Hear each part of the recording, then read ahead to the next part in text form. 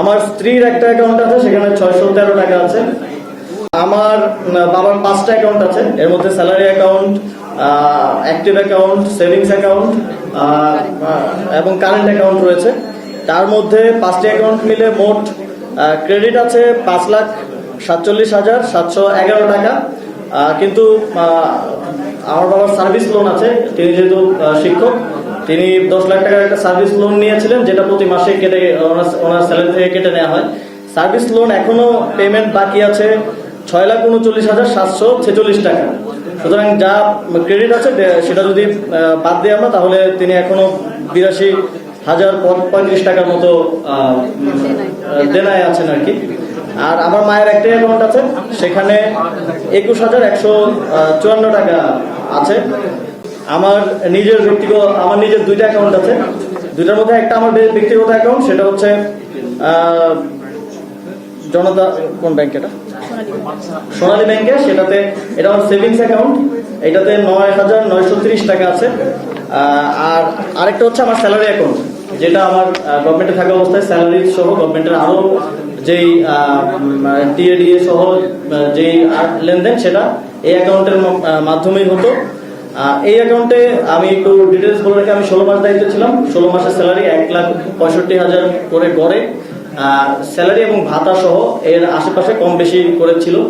এবং আমি 5টি বিদেশ সফরে গিয়েছিলাম। বিদেশ সফরের যে টিএডিএ বিল সরকারের পক্ষ থেকে দেয়, আপনারা জানেন, সেটাও এই অ্যাকাউন্টে এসেছে। সেটা গড়ে 4-5 লাখ 6-7 লাখ টাকা করে হবে 5টি বিদেশ সফরের। এর বাইরেও দেশের সরকার থেকে আরো বিভিন্ন খাতে বিভিন্ন যে ভাতা সব মিলিয়ে এই অ্যাকাউন্টে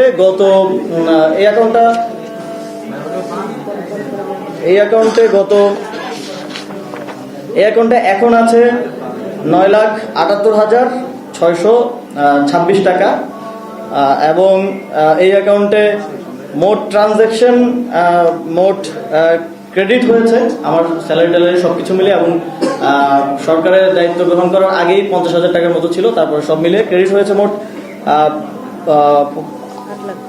85,81,000 টাকা। আর ডেবিট হয়েছে 76,03,000 টাকা। এখন আছে 9,78,000 টাকা। তো মোট আমার 2টা অ্যাকাউন্ট মিলিয়ে মোট আছে হচ্ছে 9,78,556 টাকা।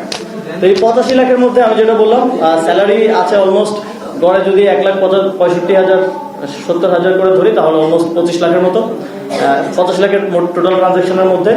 আর 5টা বিদেশ সফরের প্রায় 35 থেকে 40 লাখ টাকার মতো হবে। আপনারা ডিটেলসে যখন সফট কপি আমরা দেবো সেখানে দেখতে পাবেন।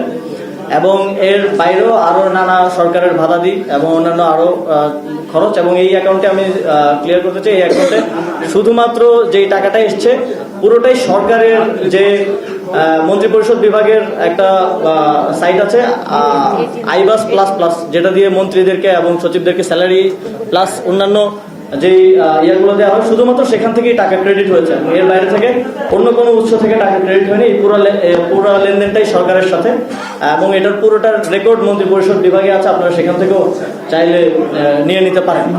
তো এটা হচ্ছে সামারিলি আমার আমার এবং আমার পরিবারের মোট 9টা ব্যাংকের যে তথ্য আছে সেটার হিসাব। যদিও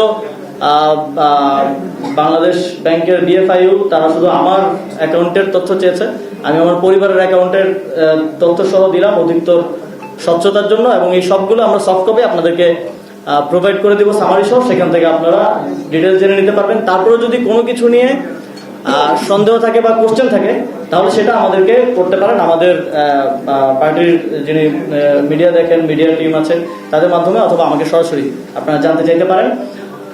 এই হিসাবটা দেওয়ার উদ্দেশ্য হচ্ছে আমরা একটা স্বচ্ছতা এবং জবাবদিহিতার মধ্য দিয়ে যখন দায়িত্বে ছিলাম তখনও কাজ করেছি এবং এখনো কাজ করছি, এবং সামনের দিনেও জাতীয় নাগরিক পার্টি স্বচ্ছতা এবং জবাবদিহিতাটাকে সর্বোচ্চ গুরুত্ব দিয়ে কাজ করবে। এটা আমাদের একটা অঙ্গীকার সেই জায়গা থেকে। এবং আমার কোনো কিছুই লুকানোর নেই, আমি আমার দায়িত্ব সর্বোচ্চ স্বচ্ছতা এবং জবাবদিহিতার সাথে পালন করেছি।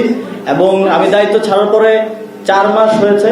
আপনারা অনেক সময় অনেক গুঞ্জন শুনেছেন, অনেক নিউজ দেখেছেন, অনেক নিউজ আমরা যখন যোগাযোগ করতাম হাউসে, তখন তারা আমাদেরকে বলতো যে ভাই আমাদের কিছু করার নেই, আমাদেরকে তো লিখিত দিয়ে গেছে এটা ছাপানোর জন্য।